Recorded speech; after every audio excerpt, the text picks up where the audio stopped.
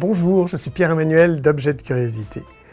Aujourd'hui, on s'intéresse au plus lourd insecte du monde. Il s'appelle le Goliathus, le Goliath. Celui qui est ici, c'est le Goliathus orientalis. Nos gros coléoptères, puisque c'est un coléoptère, viennent tous d'Afrique. Ils viennent, en l'occurrence, ceux-ci du Congo, où on travaille avec un éleveur, mais on le trouve en Ouganda, on le trouve au Kenya également.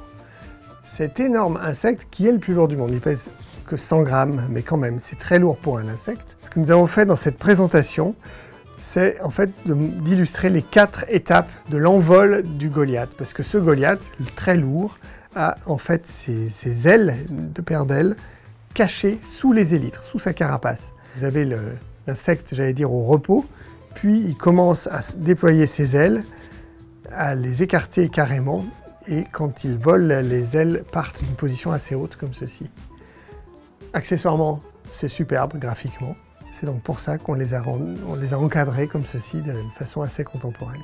Avant d'arriver au stade de ce magnifique coléoptère, il a d'abord été une larve dans la terre qui se nourrit d'énormément de protéines, puisqu'il grossit très vite. En 4 mois, pendant la saison des pluies, on va retrouver un espèce de gros ver blanc, comme on en rencontre en Europe sous la forme pour les hannetons par exemple, ou les lucanidés, même jusqu'au Japon.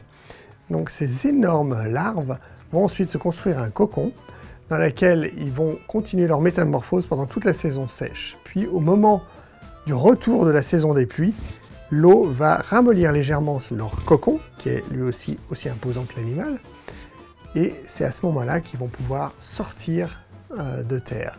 Et c'est un spectacle complètement étonnant que de voir sortir de terre des animaux comme ça. Ces insectes extrêmement graphiques peuvent se prêter à des tas de présentations, que ce soit des boîtes, qu'elles soient carrées, noires, etc. Évidemment, on est toujours fan de nos globes un petit peu plus victoriens. Et puis, enfin, qu'est-ce qu'il y a à l'intérieur d'un Goliath? L'éclaté de beau chêne d'un Goliath qui vous fait voir toutes ces articulations, ces différentes plaques. On a espacé sur un fil de laiton chaque segment de son corps pour voir comment il est articulé, de quoi il est composé. Quand on dit que c'est le plus lourd insecte du monde, c'est effectivement quelque chose d'assez imposant. Et typiquement, c'est ce qu'on n'aimerait pas se prendre dans l'œil quand on fait du vélo quelque part au Congo.